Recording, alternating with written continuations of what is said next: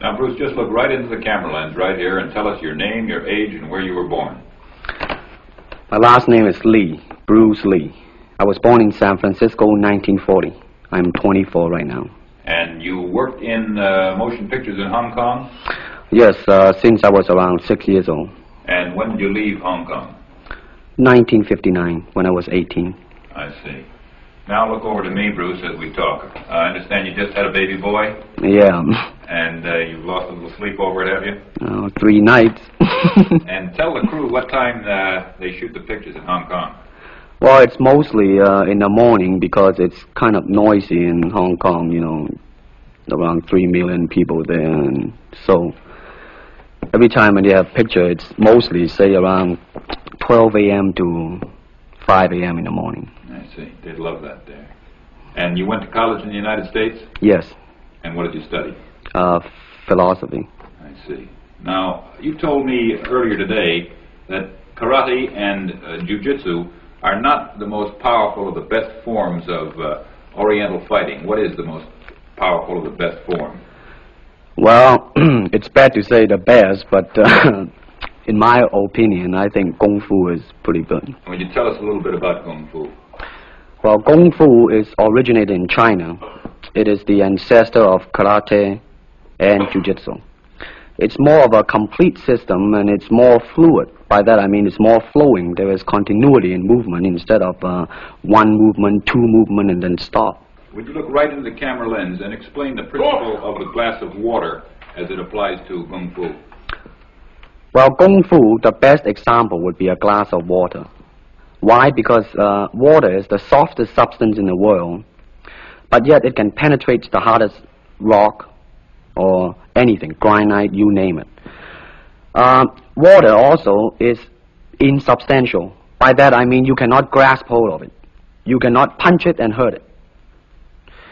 So every Kung Fu man is trying to do that, to be soft like water and flexible and adapt itself to the opponent. I see. What's the difference between a Gung Fu punch and a karate punch? Well, the karate punch is like an iron bar, whang.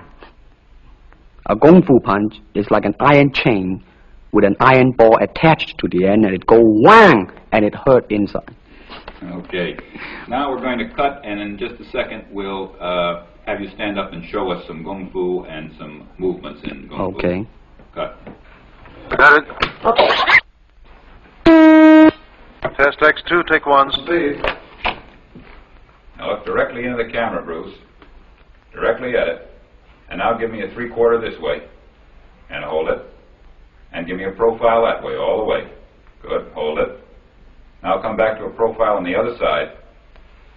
And hold that. Give me a 3/4 on that side. And then give me right into the camera again. All right. Now the camera will pull back. And Bruce, first show me the movements in the classical Chinese theater. Classical Chinese Well, theater. you know what we talked about in the office. How they walk and how they start to move. Well, in Chinese opera, they have the warrior and then the scholar. The way the warrior walk will be something like this. Walking this way, straight, come out, bend, straight, and then walk out again. An ordinary scholar would be just like a female, a weakling, 90 pounds in Child Atlas. You'll be just walking, you know, like a girl, real, shoulder up and everything. So by the way they walk, you can immediately tell who they are. Right, what character they represent. Now, show us some Gung Fu movements. Well, it is hard to show it alone, but I will try to do my best. All right, maybe one of the fellows will walk in. You want to walk Yeah, in? it would be... Go ahead. Go ahead. Go ahead. Come on, lady. Okay. Yeah. Although accidents do happen, but, you know... There are various kind of strike. It depends on where you hit and what weapon you will be using. To the eyes, you would use fingers. Don't worry. I will be. To the eyes. Or straight at the face. From the waist, everything on. Hold it just a minute. Let's move this gentleman around this way so you're doing it more into the camera. Okay, Okay. swell.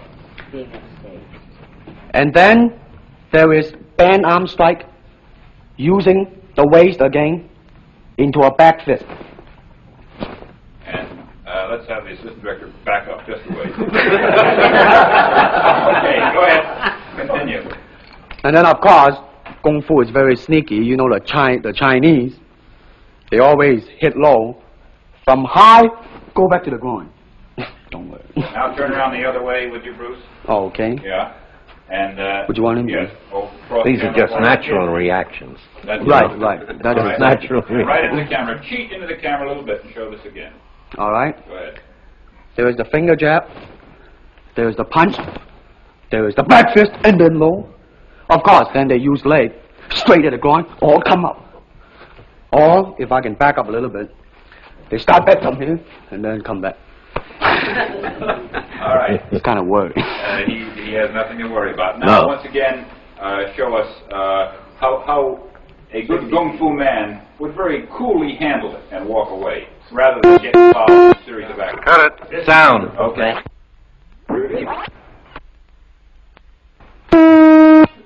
Test X2, take 2.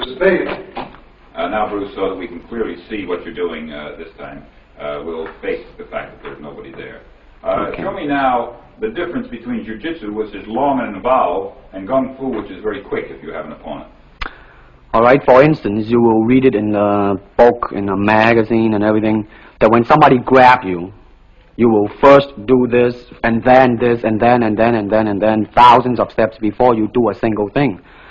Of course, these kind of magazine would teach you to be feared by your enemies and admired by your friends and everything. See? But in Kung Fu, it always involves a very fast motion. Like, for instance, a guy grabbing your hand. It's not the idea to do so many steps. Step him right on the instep. He'll let go. This is what we mean by simplicity. Same thing in striking and in everything.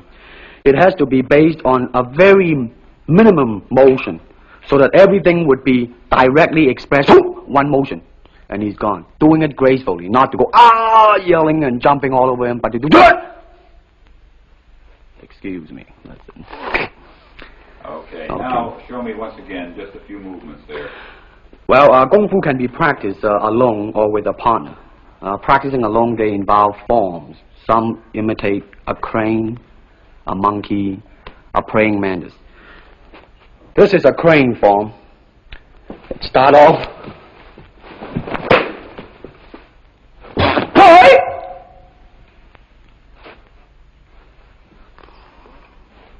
This is one of the movement involved. Show us one more movement, and then we'll be all through. Okay, I'm glad to hear that. They have the tiger that start like a tiger, using claw to claw the face, or the beak of the crane to the eyes move.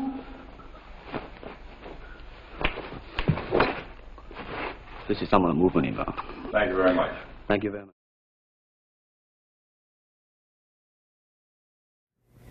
This is the Pierre Berton Show. Bruce Lee, Mandarin Superstar, production 1892, recording December 9th, 1971, in Hong Kong. Bruce Lee faces a real dilemma. He's on the verge of stardom in the United States with a projected TV series on the horizon, but he's just achieved superstardom as a film actor here in Hong Kong. So what does he choose, the East or the West? It's the kind of problem most budding movie actors would welcome. It's the Pierre Berton Show, the program that comes to you from the major capitals of the world. This edition comes to you from Hong Kong. And Pierre's guest is the man who taught karate, judo, and Chinese boxing to James Garner, Steve McQueen, Lee Marvin, and James Coburn. The newest Mandarin superstar, known in the West for his appearances in Batman, The Green Hornet, Ironside, and Longstreet. His name is Bruce Lee, and he doesn't even speak Mandarin. And here's Pierre. Well, how can you play in Mandarin movies if you don't even speak Mandarin? How do you do that? Well, first of all, I speak only Cantonese. Yeah. So, I mean, there is quite a difference as far as pronunciation and things like that go. So somebody else's voice is used, right? For Definitely, definitely. You just make the words. Doesn't that sound strange when you go to the movies, especially in Hong Kong, in your own town, and you see yourself with somebody else's voice? Well, not really, you see, because most of the Mandarin picture done here are dubbed anyway. They dubbed anyway? Anyway, I mean, disregard. I mean, they shoot without sound. So it doesn't, make any difference. Your lips never quite make the right words, do they? Well, that's where the difficulty lies, you see. I mean, in order to, because the Cantonese have a different way of saying things, different from the Mandarin. Yeah. So I have to find like something similar to that and keep a kind of a feeling going behind that. Something that matching the Mandarin deal. Like the Does old it silent sound complicated? days. Like the old silent days. But I gather in the movies made here, the dialogue is pretty stilted anyway. Yeah, I agree with you. I mean, see, to me, a motion picture is motion. Yeah. I mean, you gotta keep the dialogue down to the minimum. Did you look at many Mandarin movies before you started playing in the first one? Yes. What did you think of them when you saw them? Quality-wise, I mean, I have to admit that it's not quite up to the standard. However, it is growing, and it is getting higher and higher and going toward that standard, that what I would term quality. They say the secret of your success in that movie, The Big Boss, which was such a success, you rocketed you to stardom in Asia, was that you did your own fighting. As an expert in the various martial arts in China, what did you think of the fighting that you saw in the movies that you studied before you became a star? Well, I mean, definitely in the beginning, I had no intention or whatsoever that what I was practicing and what I'm still practicing now would lead to this to begin with. But martial art has a very, very deep meaning as far as my life is concerned, because as an actor, as a martial artist, as a human being, all these I have learned from martial art. Maybe for our audience who doesn't know what it means, you might explain exactly what you mean by martial art. Right. Martial art include all the combative arts like karate or karate, judo, Chinese Gung Fu or Chinese boxing, whatever you call it. All those. You see, like Aikido, Korean, I can go on and on and on. But it's a combative form of fighting. I mean, it's not, some of them became sport, but some of them are still not. I mean, they use, for instance, kicking to the groin, jabbing fingers at the eyes, and things like that. No wonder you're successful in the Chinese movies. They're full of this kind of action anyway. They needed a guy like you could... Violence, man. So you didn't have to use a double when you moved into the motion picture world here. You did it all yourself. Right. Can you break 5 or 6 pieces of wood with your hand or your foot? I'll probably break my hand and foot. But tell me a little bit... you set up a school in Hollywood, didn't you, for people like James Garner and Steve McQueen and the others? Yes. Why would they want to learn Chinese martial art? Because of a movie role? Not really. I mean, most of them, you see, to me, at least the way that when I teach it, all type of knowledge ultimately means self-knowledge. So therefore, they're coming in to, and ask me to teach them not so much of how to defend themselves or how to do somebody in, rather, they want to learn to express themselves through some movement, be it anger, be it determination, or whatsoever. So in other words, what I'm saying, therefore, is that he is paying me to show him in combative form the art of expressing the human body. Which is acting, in a sense, isn't it? Well... Or it would be a useful tool for an actor to have. I mean, it might sound too philosophical, but it's acting, or acting, unacting, if you... You've lost me. I have, right? So what I'm saying, actually, you see, I mean, it's a combination of both. I mean, here it is the natural instinct, and here is control. You are to combine the two in harmony. Not, if you have one to the extreme, you will be very unscientific. If you have another to the extreme, you become all of a sudden a mechanical man, no longer a human being. So it is a successful combination of both. So therefore, it is not only, so therefore it's not pure naturalness or unnaturalness. the ideal is unnatural naturalness or natural unnaturalness. Yin yang, eh? Right, man, that's it. One of your students, James Coburn, played in a movie called Iron Man Flint, in which he used karate. Is that what he learned from you? He learned it after. Oh, he went yeah. after he played in Iron Man Flint. Right. You see, actually, I do not teach, karate because I do not believe in styles anymore. I mean, I do not believe that there is such thing as like Chinese way of fighting or the Japanese way of fighting or whatever way of fighting, because unless human beings have 3 arms and 4 legs, we will have a different form of fighting. But basically, we have only 2 hands and 2 feet. So styles tends to not only separate man, because they have their own doctrines, and then the doctrine became the gospel truth, that you cannot change, But if you do not have styles, if you just say, well, here I am, as a human being, how can I express myself totally and completely? Now, that way, you won't create a style, because style is a crystallization, that way it's a process of continuing growth.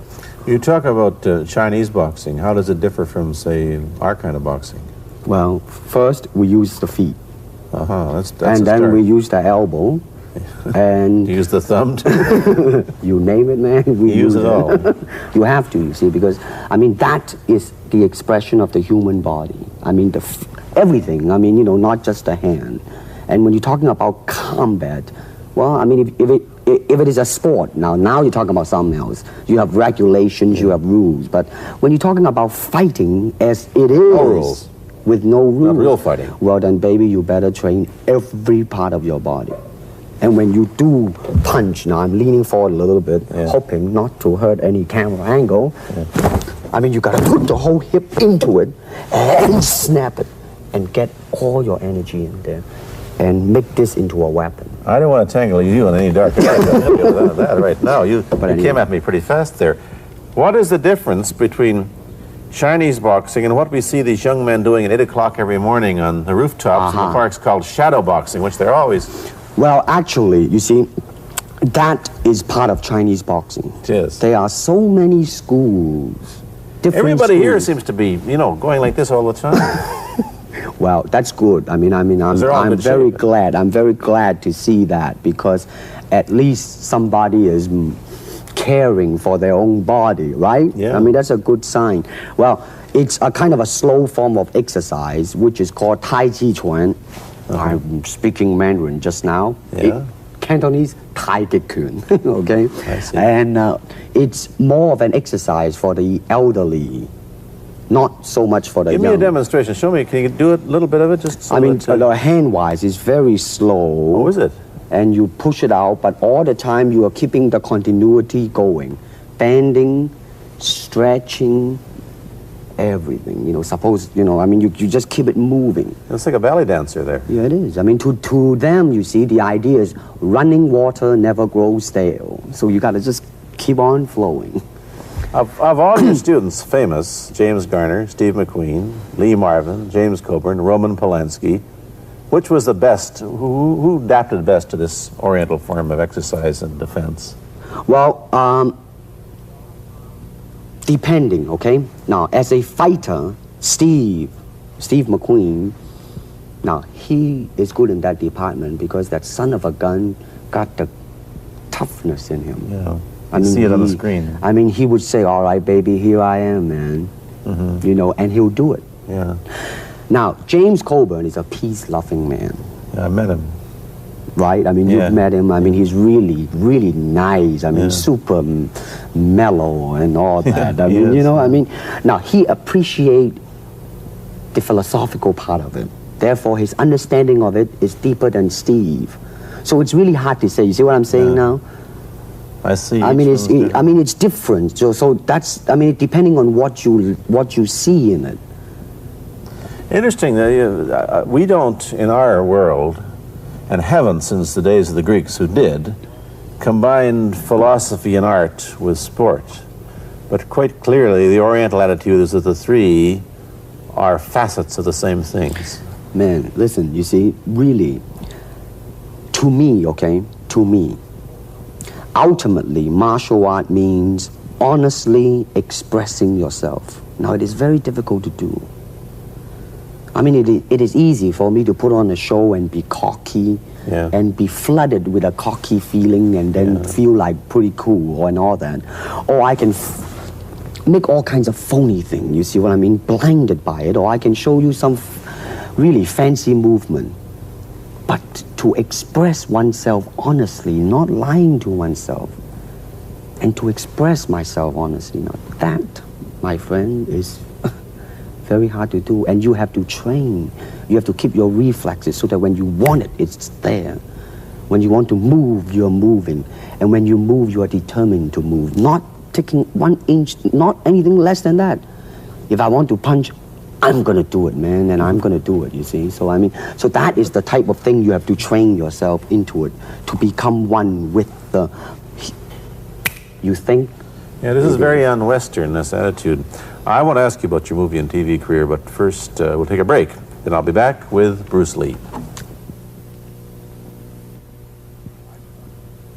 I've been talking to Bruce Lee mainly about the Chinese martial arts, which include things like Chinese boxing, karate, and judo, which is what he taught when he was in Hollywood. After he left the University of Washington, where he studied, of all things, philosophy, if you can believe that. He did, but that, perhaps you understand why the two go together from the first half of this program. And you can perhaps understand how he got into films. He knew a lot of actors, but I'm told that you got the job on the Green Hornet, where you played Kato the chauffeur, mainly because you're the only Chinese-looking guy who could pronounce the name of the leading character, Britt Reed.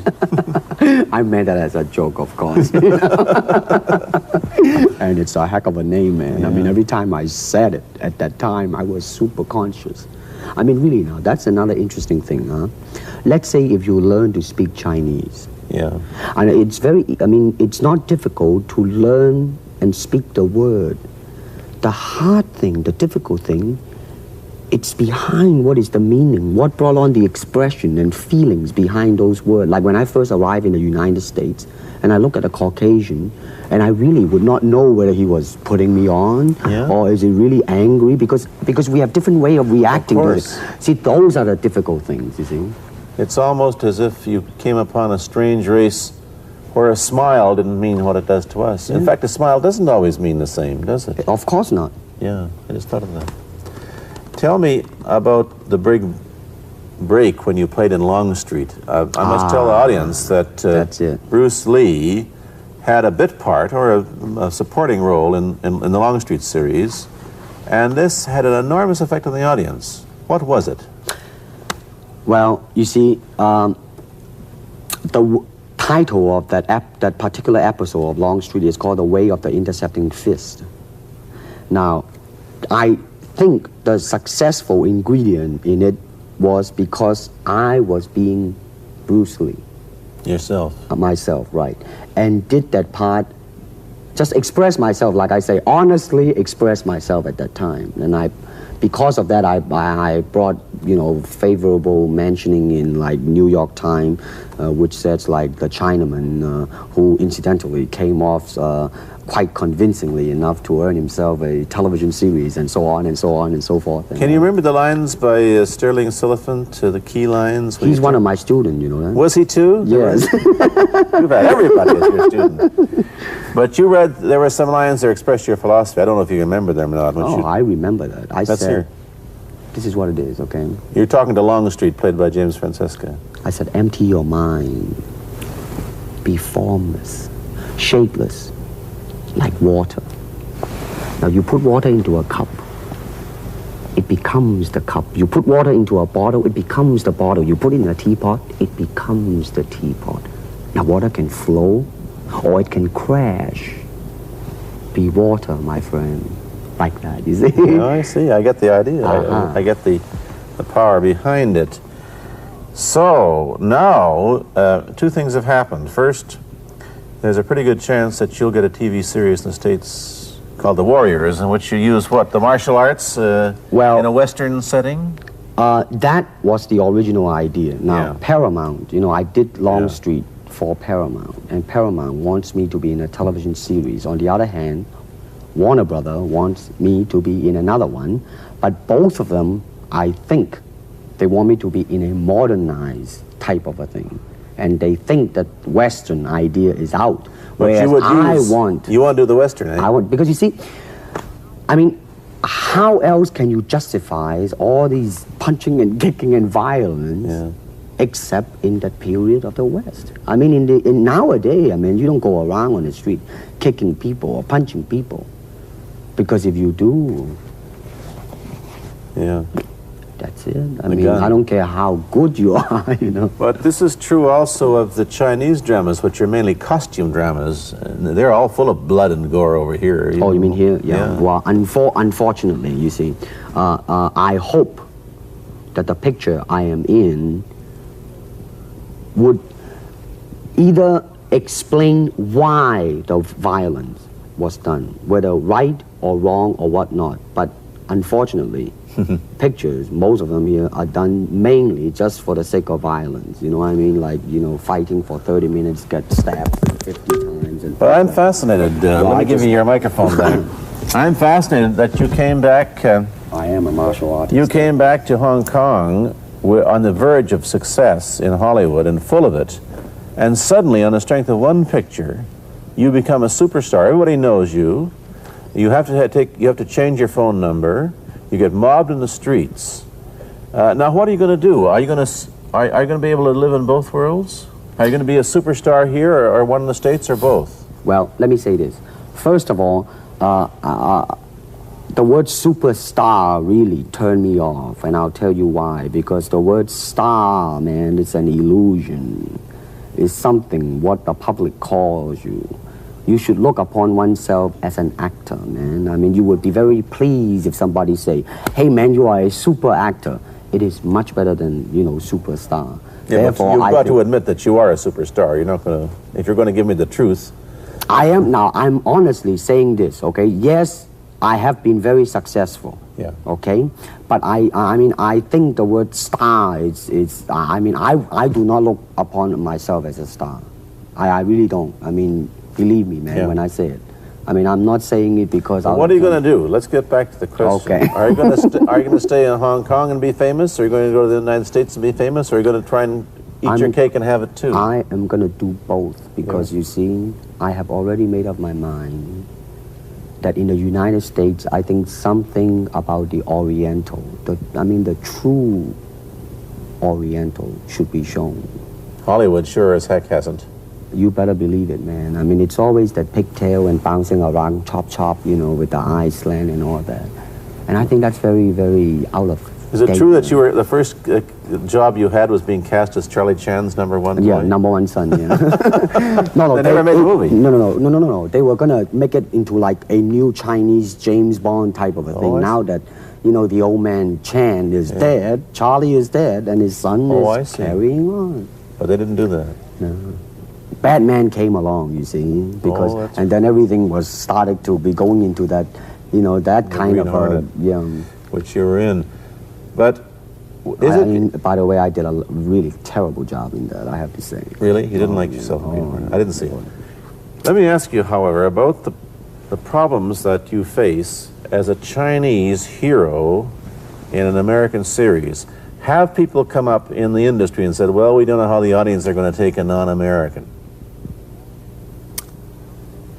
Well, such question has been raised. In fact, it is being discussed, and that is why The Warrior is not going to be on. I see. You see, because unfortunately, such thing does exist in this world, you see, like, I don't know, certain part of the country, right? Where, like, they think that business-wise, it's a risk. And I don't blame them, I mean, in the same way, it's like in Hong Kong, if a foreigner come and became a star, if I were the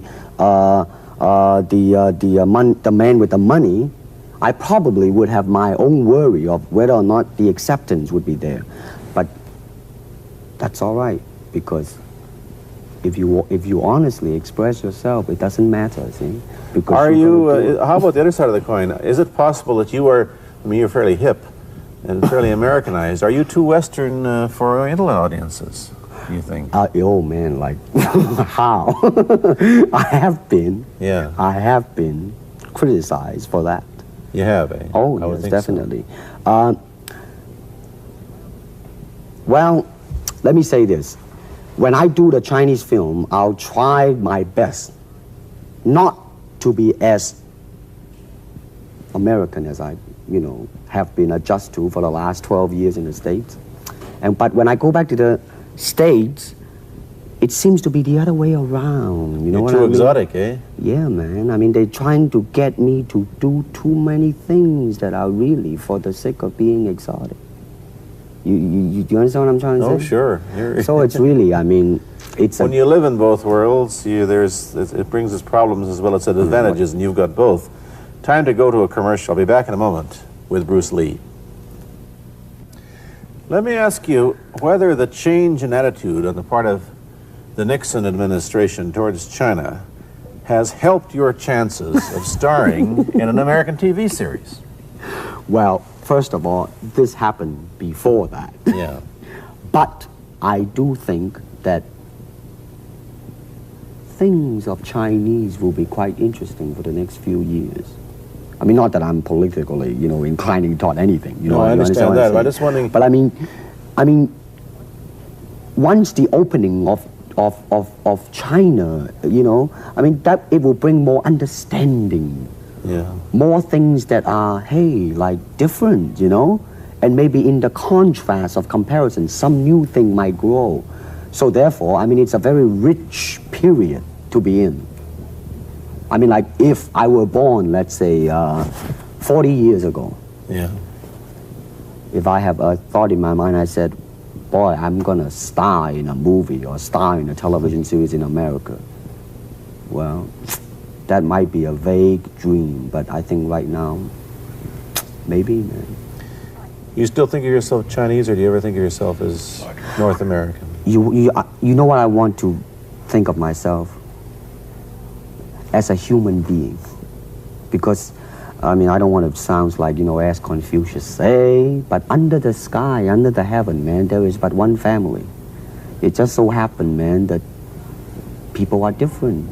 Okay, we got to go. Thank you, Bruce Lee, for coming here. Thank you for Pierre. watching. Thank you. You've been watching Bruce Lee on The Pierre Berton Show, a half-hour program of conversation, opinion, and debate. This is Bernard Cowan speaking.